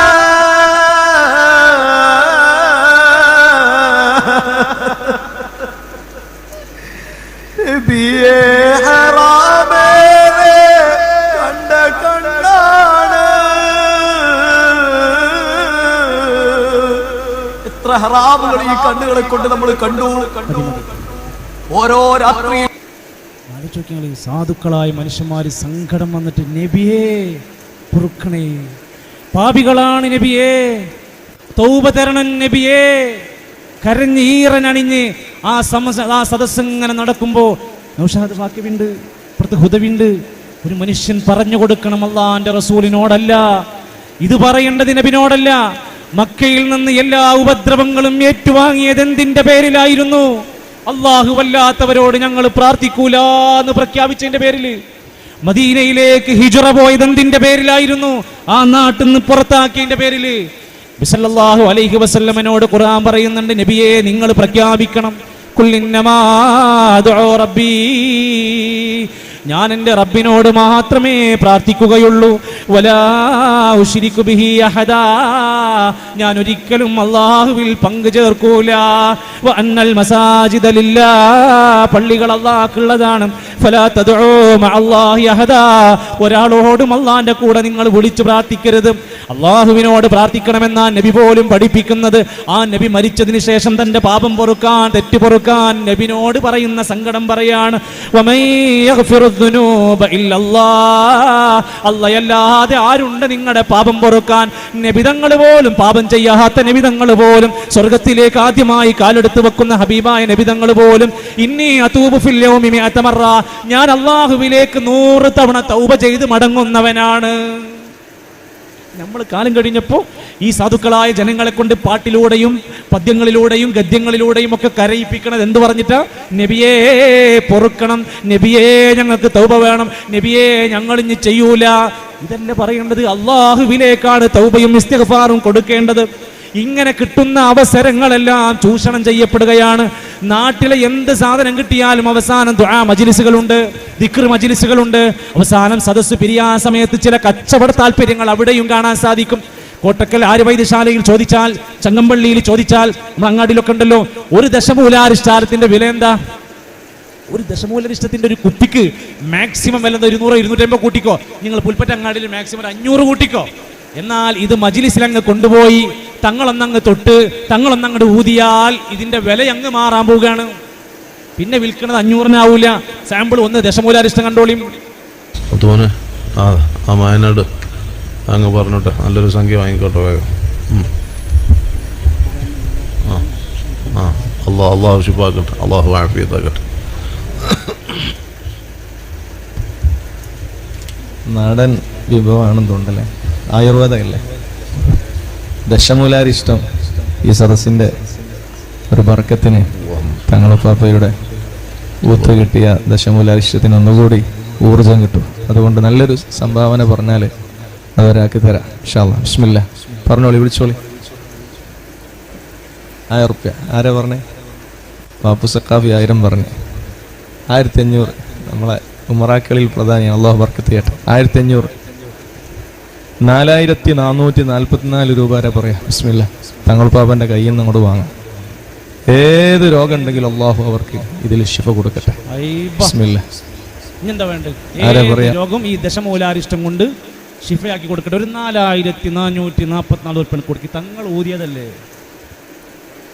ഇങ്ങനെ ഈ നാട്ടിലെ സാധുക്കളായ ആളുകളുടെ മനസ്സിന്റെ ആ നബി സ്നേഹവും പ്രവാചക സ്നേഹവും ഒക്കെ കച്ചവടം ചെയ്ത് കൊണ്ടുനടക്കുക. സ്വലാത്തൊക്കെ പണ്ട് അവിടെയും ഇവിടെയൊക്കെ സദസ്സായിരുന്നുവെങ്കിൽ ആള് കുറഞ്ഞതുകൊണ്ട് ഇപ്പൊ ഓൺലൈനിലാണ്. രാവിലെയും വൈകുന്നേരം ഓൺലൈൻ മജ്ലിസുകളിൽ ഇരുന്ന് സ്വലാത്ത് കച്ചവടം ആരംഭിക്കുകയാണ്. സ്വലാത്ത് നാരിയ സ്വലാത്ത്, ഇബ്രാഹിമി സ്വലാത്ത് കച്ചവടം ചെലവാകണില്ല, അത് ഒറിജിനലാണ്. എന്നാൽ ഇവരുണ്ടാക്കിയ സ്വലാത്തുൽ ഫാത്തിഹ്, സ്വലാത്ത് നൂറെ അജ്മീർ, ഇഷ്കെ അജ്മീർ, നൂറെ മദീന, ഇഷ്കെ മദീന എന്ന് പറഞ്ഞ് തുടങ്ങിയാൽ 10,000-കണക്കിന് ആളുകൾ എന്തും കൊടുക്കാൻ ഇവിടെ സന്നദ്ധരാണ്. അത് മനസ്സിലാക്കി ഇപ്പൊ നേതാക്കന്മാർ വീട്ടിൽ കുട്ടികളെയും കളിപ്പിച്ചിട്ടാണ് ഇപ്പൊ സ്വലാത്തൊക്കെ കൂട്ടി അടിപൊളിയെ ഓൺലൈനിലേക്ക് മാറ്റിയിരിക്കുക. സാമ്പിൾ നമുക്കൊരു സ്വലാത്ത് കണ്ടു നോക്കാം. സ്വലാത്തുൻ നാരിയ എല്ലാത്തിനും പരിഹാരമാണ്. ബിസ്മില്ലാഹിർ റഹ്മാനിർ റഹീം. അല്ലാഹുമ്മ സ്വല്ലി സ്വലാത്തൻ കാമില വസല്ലിം സലാമൻ താമൻ അലാ സയ്യിദിനാ മുഹമ്മദ് الذي تنحل به العقد وتنفرج به الكرب وتقضى به الحوائج وتنال به الرغائب وحسن الخواتم ويستسقى الغمام بوجهه الكريم. ഷാറായിട്ട് ഇങ്ങനെ നാരിയ സ്വലാത്ത് ചൊല്ല. എന്താണ് ഇബ്രാഹിമി സ്വലാത്ത് വേണ്ടേ? അതിനേക്കാളൊക്കെ പോരിച്ചുണ്ട്. നബി പഠിപ്പിച്ച വഹീന്റെ അടിസ്ഥാനത്തിലുള്ള സ്വലാത്തൊക്കെ മാറ്റി നാരിയ സ്വലാത്ത് എന്ന ഇബ്രാഹിമുൻ നാസി എന്ന മൊറോക്കക്കാരൻ ഉണ്ടാക്കി കൊണ്ടുവന്ന ഒരുപാട് അബദ്ധങ്ങൾ നിറഞ്ഞ സ്വലാത്ത് ഓൺലൈനിലായി ഇരുന്ന് ചൊല്ലിക്കൊടുക്കും. അവസാനം ഗൂഗിൾ പേ നമ്പറും ഗ്രൂപ്പും, പിന്നീട് കുറെ എത്തിയും കുട്ടികളെ കെട്ടിപ്പിക്കലും, പിന്നെ കുറെ കൊടിമരങ്ങളും, എന്തൊക്കെയാ നമ്മുടെ നാട്ടിൽ നടന്നുകൊണ്ടിരിക്കുന്നത്. തേനൊക്കെ ഇങ്ങനെ സദസ്സിൽ കൊടുത്തിട്ട് അവസാനം സ്വലാത്തുൽ ഫാത്തിഹിന്റെ കൊടക്കാട് തങ്ങളെ കറാമത്ത് ഇങ്ങനെ തെളിവാകുക. തേൻ കൊടുക്കുമ്പോൾ അവിടുത്തെ മുസ്ലിങ്ങളോട് പറയാ, നിങ്ങൾ ഗുരുവായൂരപ്പനെ മനസ്സിൽ ധ്യാനിച്ചിട്ടുണ്ട്, കുടിച്ചോളി. ഇതിനാണ് സമുദായത്തിന്റെ സ്വലാത്ത് വാർഷികം. ഇത് പഠിപ്പിച്ചു കൊടുക്കാനാണ് ഈ മൈക്ക് കെട്ടിയിട്ട് ജനങ്ങൾ സംസാരിക്കുന്നത്. ഒരു മനുഷ്യൻ തിരുത്താൻ പോകുന്നുണ്ടോ? പറഞ്ഞു കൊടുക്കാൻ പോകുന്നുണ്ടോ? ഉപദേശിക്കാൻ പോകുന്നുണ്ടോ? ആർക്കും ധൈര്യമില്ല. പിന്നെയും ഉദ്ഘാടനത്തിനും സദസ്സിലും ആൾക്കാർ സാദാത്യങ്ങളെ കൊണ്ടുവന്ന് ഇരുത്തുകയാണ്. തേനാണ് അടിപൊളിയായി കച്ചവടം ചെയ്തുകൊണ്ടിരിക്കുന്നത്. തേനിന് ഔഷധമുണ്ട്. അള്ളാന്റെ ഖുർആൻ പറഞ്ഞു, യഖ്റുജു മിൻ ബുതൂനിഹാ ശറാബുൻ, തേനീച്ചയുടെ ഉദരത്തിൽ നിന്നൊരു പാനീയം വരുന്നുണ്ട്. മുഖ്തലിഫുൻ അൽവാനുഹു ഫീ, അത് വ്യത്യസ്തമായ നിറത്തിലുണ്ട്. ശിഫാഉൻ ലിന്നാസ്, അത് സത്യത്തിൽ മനുഷ്യർക്ക് നല്ല ശമനമുള്ളതാണ്. നബി തങ്ങൾ പറഞ്ഞു, ശിഫാഇ, രണ്ട് കാര്യങ്ങൾ ശിഫയാണ്. അൽ അസലു ഒന്ന് തേനാണ്, വൽ ഖുർആനു ഔഷധമാണ്. എന്നാൽ ആ തേനിന്റെ ഔഷധ വീര്യം അതിന് ഉണ്ടെന്നിരിക്കെ അതൊരു തങ്ങൾ ഊതി എന്നതുകൊണ്ട്, ഒരു തങ്ങൾ കൊടുത്തു എന്നതുകൊണ്ട് അതിന് കറാമത്ത് കൂടുകയോ അതിന് പ്രത്യേകം പോരിഷ കൂടുകയോ അതിന് വില വർദ്ധിക്കുകയോ, ഒരു ചെറിയ ഫ്രൂട്ടിക്കുപ്പിയുടെ വിലയുള്ള തേന്, ഒരു ഫ്രൂട്ടിക്കുപ്പിയുടെ വിലയുള്ള തേന് ഒരു മജ്ലിസിൽ ഇരുന്നു കൊണ്ട് വിറ്റത് തങ്ങളൊന്ന് ഊതിയപ്പോ അതിന്റെ വില എത്രയൊന്നും കേട്ട് ഞെട്ടിപ്പോകണ്ട. ആളുകൾ കൊടുക്കാൻ സന്നദ്ധരാണ്. നിങ്ങൾ ഈ ലാസ്റ്റത്തെ ക്ലിപ്പ് കൂടെ ഒന്ന് കേൾക്കുക. ഇനി ആരെങ്കിലും ഉണ്ട്? 1 ലക്ഷം രൂപ പൂർത്തിയാക്കാൻ പോവാൻ ആരാ ഉള്ളത്? സ്ത്രീകളുടെ ഭാഗത്ത് നോക്കി ആരെങ്കിലും ഉണ്ടോ? ഭർത്താവ് ഗൾഫിലാണെന്നാ വിളിച്ചു നോക്ക്. അള്ളാഹു അനുഗ്രഹിക്കട്ടെ. 1 ലക്ഷം രൂപ ഒരു വട്ടം, 1 ലക്ഷം രൂപ ഒരു കുപ്പി തേനാണ്. ഇൻഷാ അല്ലാഹ് 2 വട്ടം പാസ്സാക്കാൻ പോവാൻ ആരെങ്കിലും ഉണ്ടോ? മുമ്പ് വിളിച്ച ആർക്കെങ്കിലും ഇൻഷാ അല്ലാഹ് മത്സരിക്കാൻ ഒരവസരം കൂടി അള്ളാഹു സ്വീകരിക്കട്ടെ. ദീനിന്റെ വിഷയത്തിൽ ഖുർആന്റെ ആയത്താണത്. 1,05,000 രൂപ. മുക്കാറുപ്പ് എല്ലാവരും എഴുന്നേക്കും. അതൊക്കെ പോയേക്കാ, ചോറ് കഴിച്ചിട്ട് ഒരു കഴിച്ചാൽ കൊള്ളാന്ന് മനസ്സിലുണ്ട് വരരുത്. അള്ളാഹു ബർക്കത്ത് ചെയ്യട്ടെ. ഇപ്പൊ തീരുമെന്ന് കരുതിയിരുന്നത്. അള്ളാഹു ബർക്കത്ത് ചെയ്യട്ടെ. നിങ്ങൾ ഈ ക്ഷമിക്കുന്നതിലൊക്കെ വലിയ കൂലിയുണ്ട്. ഭക്ഷണം എന്തായാലും കേടാവൂല. നിങ്ങൾ എന്തായാലും 5 മിനിറ്റ് കൂടി ഇരിക്കുക. അള്ളാഹു ബർക്കത്ത് ചെയ്യട്ടെ. ഈ ഇരുത്തം നാളെ മഹ്ശറയിലുള്ള നൃത്തത്തിന് കുറവ് വരുത്തുന്നതാക്കട്ടെ. ഉറക്കാമി വരെ അള്ളാഹു നൃത്തത്തിന് കുറവ് വരുത്തുന്നതാക്കട്ടെ. 1,05,000 രൂപ. ഇനി വിളിക്കുന്നവർ നല്ല കയറ്റി വിളിച്ചു, അതാകുമ്പോ പിന്നെ സമയം എളുപ്പമുണ്ടാവും. അള്ളാഹു ബർക്കത്ത് ചെയ്യട്ടെ. അല്ലേ, വെറുതെ 313 500 എന്നൊക്കെ പറയും, സമയം ഇങ്ങനെ നീളും. അള്ളാഹു ബർക്കത്ത് ചെയ്യട്ടെ. ആരാ ഇൻഷാ അല്ലാഹ്? അതാ വിളിക്കുന്നു. വിളിച്ചു ചോദിക്കണം, വേഗം വരാൻ ബുദ്ധി കൊണ്ടുപോയിക്കോളും. അതുണ്ട്. അള്ളാഹു നമ്മളെ സാന്നിധ്യങ്ങൾ ചേർക്കട്ടെ. ഉണ്ടെങ്കിൽ ഇപ്പൊ പറയണത് പറയാൻ പോവാണ്. 1,07,000 മുതലായി അല്ലേ? 1,07,000 തീരുമാനമായി. മതി മതി മതി, കച്ചവടം തീർന്നു. കുമ്മൻ ഉസ്താദിന്റെ വയത് കേട്ടിട്ട് മൂപ്പരെ ബർക്കത്തുണ്ടാവാനുള്ള പ്രാർത്ഥന കണ്ട് ഈ സാധു 1,07,000 രൂപക്കാണ് ഒരു ഫ്രൂട്ടിക്കുപ്പിന്റെ വലുപ്പുള്ള തേന് അവിടുന്ന് മുതലാക്കിയിട്ടാ പോയത്. അതുകൊണ്ട് ഇതിന് നല്ല പണം കൊടുക്കുന്നുണ്ട്, വമ്പൻ ആളുണ്ട്, നല്ല ആൾ കൂടുന്നുണ്ട് എന്ന് വിചാരിച്ചിട്ട് മനുഷ്യരെ നമ്മുടെ പണവും ചൂഷണം ചെയ്യപ്പെടുന്നു, ആദർശവും ചൂഷണം ചെയ്യപ്പെടുന്നു. അതുകൊണ്ട് എൻ്റെ പ്രിയപ്പെട്ടവരെ, പുൽപ്പറ്റ അങ്ങാടിയിലെ സാധുക്കളെ, ഇതെല്ലാം ഇവിടെ തുറന്നു സംസാരിച്ചത് പഠിക്കാൻ വേണ്ടിയാണ്. ഒരു തുടക്കം മാത്രമാണ്. ആരുടെയും പേര് പറഞ്ഞതുപോലും നിങ്ങളൊന്ന് സെർച്ച് ചെയ്യാൻ വേണ്ടിയാണ്. പുസ്തകത്തിന്റെ പേര് പറഞ്ഞത്, ആയത്തുകളുടെ നമ്പർ പറഞ്ഞത് പഠിക്കാൻ വേണ്ടിയിട്ടാണ്. ഇൻഷാ അല്ലാഹ് ഈ വാർത്തകളിലൂടെ, മാധ്യമങ്ങളിലൂടെ നമ്മൾ ഇനിയും ഈ ഒരു പ്രഭാഷണം കേൾക്കുന്നവരോട് കൂടെ പറയാനുള്ളത്, തുറന്ന മനസ്സോടെ അള്ളാഹുവിൽ നിന്ന് ഹക്ക് ലഭിക്കണമെന്ന താല്പര്യത്തോടെ വിശുദ്ധ ഖുർആൻ പഠിച്ചുകൊണ്ട് പ്രാർത്ഥിച്ചുകൊണ്ട് നമ്മുടെ ഈ രംഗത്ത് കൂടെ നിന്ന് വരികയും അള്ളാഹുവിന്റെ മാർഗത്തിൽ ശക്തമായി മുന്നോട്ട് പോവുകയും ചെയ്യുക.